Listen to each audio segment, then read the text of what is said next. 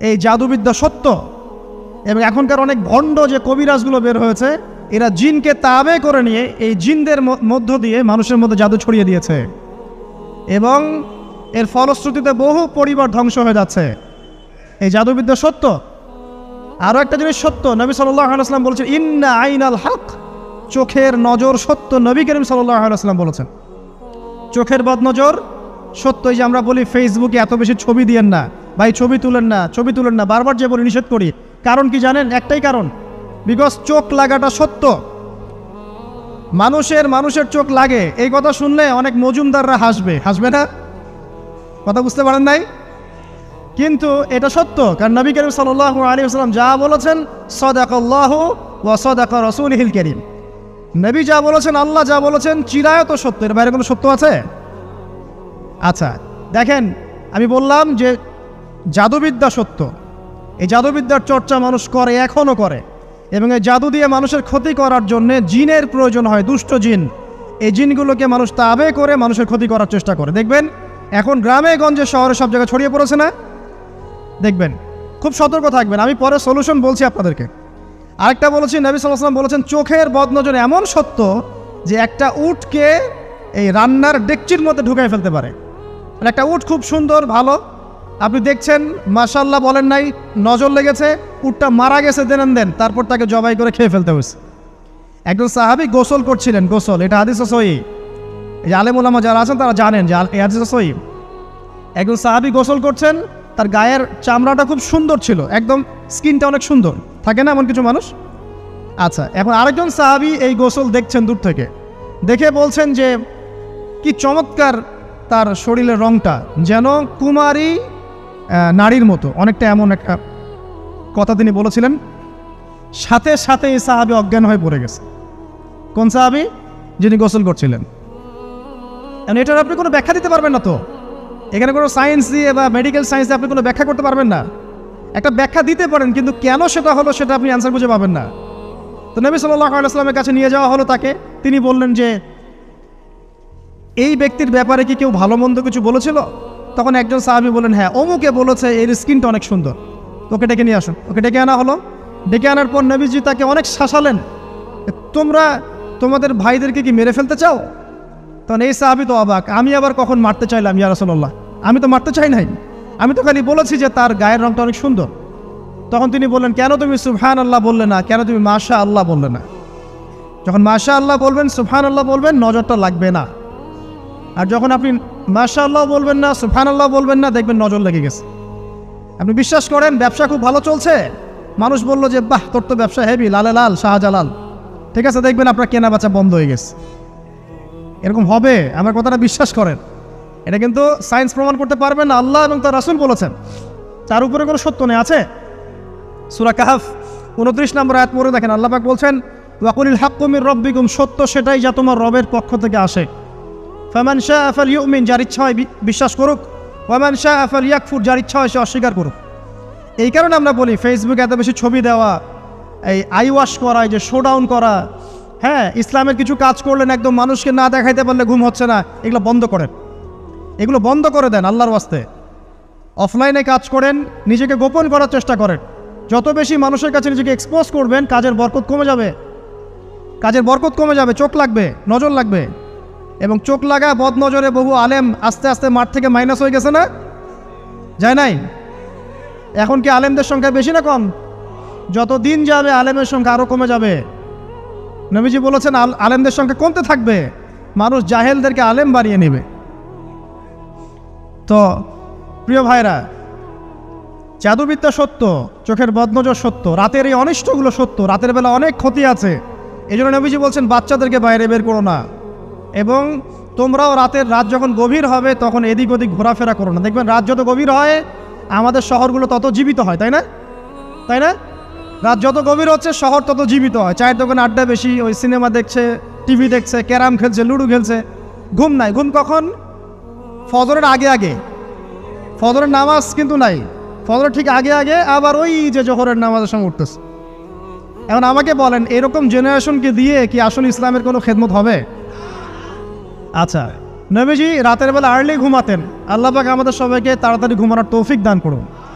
হ্যাঁ, আপনি ইলম চর্চা করলে রাত জেগে থাকতে পারেন, আপনি যদি জ্ঞান চর্চা করেন রাত জাগতে পারেন, আপনি কোনো গবেষণা করছেন, নামাজ পড়ছেন বা কোরআন হেফজ করছেন, আপনি রাতের আর্লি উঠবেন, এটা আলাদা বিষয়। কিন্তু কমনভাবে আমাদের এই যে ফেসবুক, ইউটিউবিং ইত্যাদিতে আমরা লিপ্ত থাকি, সারা রাতটা কাটাই আড্ডাবাজি করে, এগুলো বন্ধ করতে হবে। এগুলো বন্ধ না করলে ফিজিক্যালি আমরা মানে সুস্বাস্থ্যের অধিকারী হতে পারবো না। সারা দিনটা আমাদের একটা কি বলবো অলসতার ভাবে যাবে এবং দিনের বেলা কাজগুলো ব্যাহত হবে। এতে করে আমাদের উম্মার এই পুরো বড় যে তরুণ প্রজন্ম আছে এদেরকে আপনি সম্পদে পরিণত করতে পারবেন না। তাই এই সিস্টেমটা চেঞ্জ করা দরকার। নবীজি রাতের বেলা এই সূরা বাকারার শেষে 3টা আয়াত তেলাওয়াত করতেন, আমরা করবো ইনশাআল্লাহ। আরেকটা আমল বলে দেই, নবী করিম সাল্লাল্লাহু আলাইহি ওয়াসাল্লাম রাতের বেলা সূরা মুলক তেলাওয়াত করতেন। কোন সূরা এটা? কোন সূরা? তাবারাকাল্লাযী বিয়াদিহিল মুলক। কয়টা আয়াত আছে? 30টা আয়াত আছে। নবীজি বলেছেন সাল্লাল্লাহু আলাইহি ওয়াসাল্লাম যে এই সূরা আপনাকে কবরের আযাব থেকে বাঁচাবে ইনশাআল্লাহ। কবরের আযাব থেকে তো ভাই বাঁচা খুব সহজ নাকি? আমাদের মধ্যে এমন কেউ নাই, শোনেন, আমাদের মধ্যে এমন কেউ নাই আলেম জালেম মুফতি মুহাদ্দিস রাজনৈতিক নেতা পলিটিশিয়ান বিরোধী দল জাতি তারপরে যে সরকার দল যে আছে না কেন কবরের শাস্তি ফেস করবে না এমন একটা মানুষও নাই, কেউ নাই পৃথিবীতে। এই যে আপনি দেখছেন ওই যে কি ইসরায়েলের প্রধানমন্ত্রী, ওই রাশিয়ার প্রধানমন্ত্রী, ওই চায়নার সভ্যতা, পশ্চিমা সভ্যতা, এমন কেউ নাই পৃথিবীতে এখন যাকে কবরের শাস্তি ভোগ করতে হবে না। আছে? সবচেয়ে লঘু শাস্তি মানে লঘু চাপ, এটা বলতে গেলে আসলে আমি ভাষা হারায় ফেলি। তারপরে বলছি আল্লাহ পাক আমাদের সবাইকে হেফাজত করুন, আমিন। একজন সাহাবীর নাম সাদ বিন মুয়াজ। কি নাম? নবী করিম সাল্লাল্লাহু আলাইহি ওয়াসাল্লামের সাথে একদম ডান হাত হয়ে যুদ্ধ করেছেন দীর্ঘদিন। বদর তিনি বীর সেনা, উহুদের বীর সেনা, ঠিক আছে। খন্দকের যুদ্ধেও বীর বিক্রমে যুদ্ধ করেছেন। তিনি আনসার সাহাবী, একদম মদিনার নেতা সাহাবী। সব সাহাবী কিন্তু একরকম নন, কেউ ছিলেন নেতৃস্থানীয় সাহাবী, তিনি ছিলেন একজন নেতৃস্থানীয় সাহাবী, ঠিক আছে। সাদ বিন মুয়াজ নবী করিম সাল্লাল্লাহু আলাইহি ওয়াসাল্লাম এত ভালোবাসতেন তাকে, এত ভালোবাসতেন যে তাকে নিজের মনে করতেন যে সাদ বিন মুয়াজ আনসাররা আমার নিজের। চারটাখানি কথা। এই সাহাবীর খন্দকের যুদ্ধে এই যে হাতের এই দিকে সম্ভবত হাতের এই রগের মধ্যে একটা তীর এসে লাগে এখানে, এবং তীরটা তিনি বের করতে গিয়ে রক্তটা ছিঁড়ে যায়। এরপর ফিনকি দিয়ে রক্ত বের হওয়া শুরু হয়।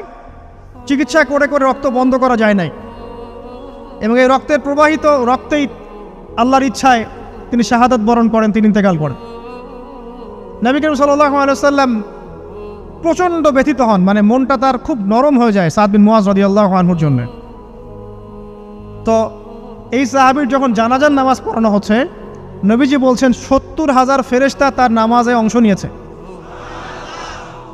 আর এই সাহাবীকে যখন কবরে শোয়ানো হয়েছে, নবী করিম সাল্লাল্লাহু আলাইহি ওয়াসাল্লাম পরে জানিয়েছেন কবরের যে মৃদু চাপ, সাদ বিন মুয়াজ রাদিয়াল্লাহু আনহুর কবরেও সেই মৃদু চাপ দেওয়া হয়েছে। আমি কি বুঝাতে পারলাম ভাই? আমাদের কোনো দাম আছে এখনকার পলিটিশিয়ানদের কোনো দাম আছে? এখনকার সমাজ নেতার কোনো দাম আছে? এখনকার সুদখোরদের কোনো দাম আছে? এই ঘুষখোর দুর্নীতিবাজদের কোনো দাম আছে? আমরা যারা কাঠমোল্লা হয়ে আছি আমাদের কোনো দাম আছে? সাদ বিন মুয়াজ রাদিয়াল্লাহু আনহু যদি কবরের শাস্তি তাকে না ছাড়ে, প্রশ্ন উত্তর পর্ব তাকে না ছাড়ে, আমরা পার পাবো? নবী করিম সাল্লাল্লাহু আলাইহি ওয়াসাল্লাম বলছেন সূরা মুলক তেলাওয়াত করো রাতের বেলা, ইনশাআল্লাহ সূরা মুলকের তেলাওয়াত কবরের আযাব থেকে তোমাকে বাঁচান। আর আমাদের তো ভাই কবরে সবাই সাথে যাবে না, গার্লফ্রেন্ড যাবে না, বাপ মা ভাই বোন সবাই যাবে না। একজন ব্যক্তি সুদ খাচ্ছে, জিজ্ঞাসা করে দেখেন কেন খায়, বলবে তার সন্তানের জন্য খায়, তার বউয়ের জন্য খায়, তার মা বাবাকে দেখতে হবে তাই খায়, তাই না? একজন ব্যক্তি ঘুষ খায়, বলবে আমার পরিবারের জন্য খাই। একজন দুর্নীতি করছে, পুকুর চুরি করছে, বলবে দুর্নীতি করছে আমার পরিবারের জন্য খাই, পরিবার ভালো থাকবে। সবার একই এক্সকিউজ যে পরিবার যেন ভালো থাকে, আমার সন্তানরা যেন ভালো থাকে, আগামী প্রজন্মের জন্য কিছু রেখে যেতে পারি, তাই না? এরকম একটা মানুষও কি আপনার সাথে কবরে যাবে? আরে এই বোকা মানুষ কেন বোঝে না যে আপনার কবরে আপনাকেই যেতে হবে? তাহলে আপনি কি কারণে অন্যের কারণে নিজের পরকাল নষ্ট করছেন? অন্যের সুখের জন্য আপনি আপনার পরকাল নষ্ট করছেন। সুদ খাচ্ছেন, দিব্যি মায়ের সাথে জেনা করছেন। আপনাদের এলাকায় নাকি সুদের সমস্যা অনেক বেশি।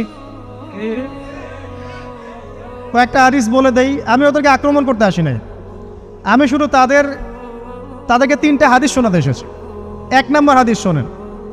আল্লাহর নবী মুহাম্মদ সাল্লাল্লাহু আলাইহি ওয়াসাল্লাম বলেছেন, সুদের পাপের 73টা শাখা আছে। কয়টা? কোনো হাদিসে 70টাও আছে, কোনো হাদিসে 73টা আছে।